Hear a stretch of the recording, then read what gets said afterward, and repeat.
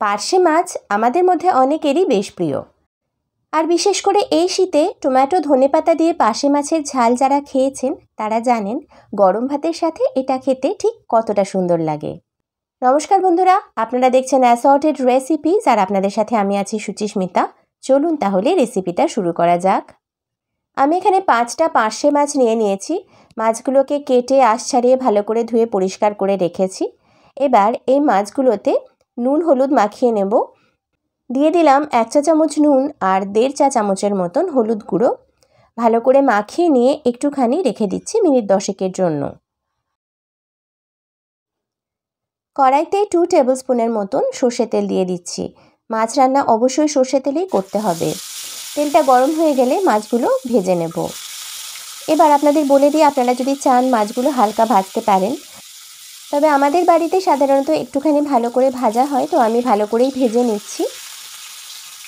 এক পিঠ ভাজা হয়ে গেছে, আমি উল্টে দিচ্ছি আর এইভাবেই আমি সব কটা মাছ ভেজে নেব। সাথে সাথে একটা মশলা করে নিচ্ছি। আমি এখানে একটা বাটিতে 2 টেবিল স্পুন দিয়ে দিচ্ছি কালো সর্ষে। আপনারা চাইলে সাদা সর্ষেও ব্যবহার করতেই পারেন। 1/2 চা চামচ দিয়ে দিচ্ছি জিরের গুঁড়ো।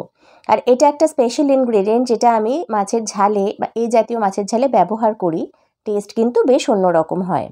4টে কাঁচা লঙ্কা দিয়ে ভালো করে এটাকে বেটে নিচ্ছি।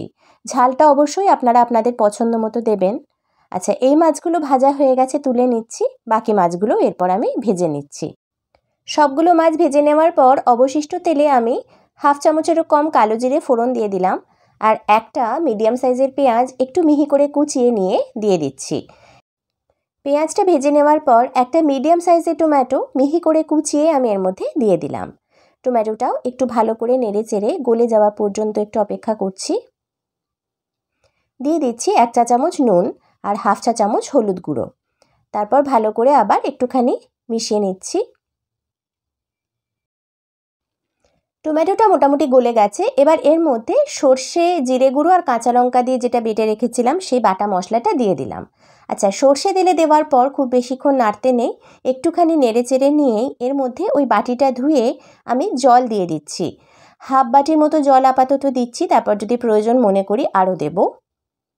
এই ঝাল জাতীয় জিনিস একটু গ্রেভি হয়, আপনারা জানেন, এটা তো আর ঝোল হয় না, তো সুতরাং খুব বেশি জল দেওয়ার প্রয়োজন নেই।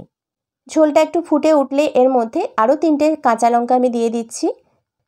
গরম ভাতের সাথে মাছটা খাওয়ার সময় কাঁচা লঙ্কাগুলো মেখে খেতে খুবই ভালো লাগে, তাই এক্সট্রা কাঁচা লঙ্কা আমি এখানে সবসময় দিই।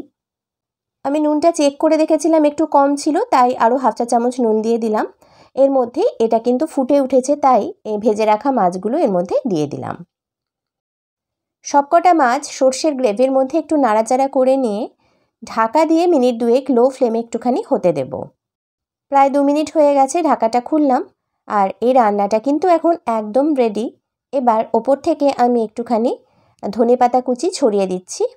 আপনারা চাইলে অল্প একটু কাঁচা তেলও ওপর থেকে ছড়িয়ে দিতে পারেন। ঢাকা দিয়ে গ্যাসের ফ্লেমটা অফ করে 5 মিনিট মতো স্ট্যান্ডিং টাইমে রাখলাম। 5 মিনিট পরে এটা সার্ভ করে দিয়েছি। আমাদের পার্শে মাছের ঝাল একদম রেডি। আর দেখুন বন্ধুরা, এটা দেখতে কতটা লোভনীয় লাগছে। গরম গরম ভাতের সাথে এটা সার্ভ করুন আর খেয়ে আমাকে অবশ্যই কমেন্টে জানাবেন আপনাদের ঠিক কেমন লেগেছে। আপনারা আছেন সুচিস্মিতার সাথে অ্যাসর্টেড রেসিপিসে। আর যদি আজকের এই রেসিপিটা আপনাদের ভালো লেগে থাকে তাহলে অনুরোধ করব একটা লাইক আর অনেক অনেক শেয়ার সহ চ্যানেলটাকে সাবস্ক্রাইব করে আমার পাশেই থাকার জন্য। আজ তাহলে এই পর্যন্তই, দেখা হবে আগামী পর্বে। Till then, take care, bye by.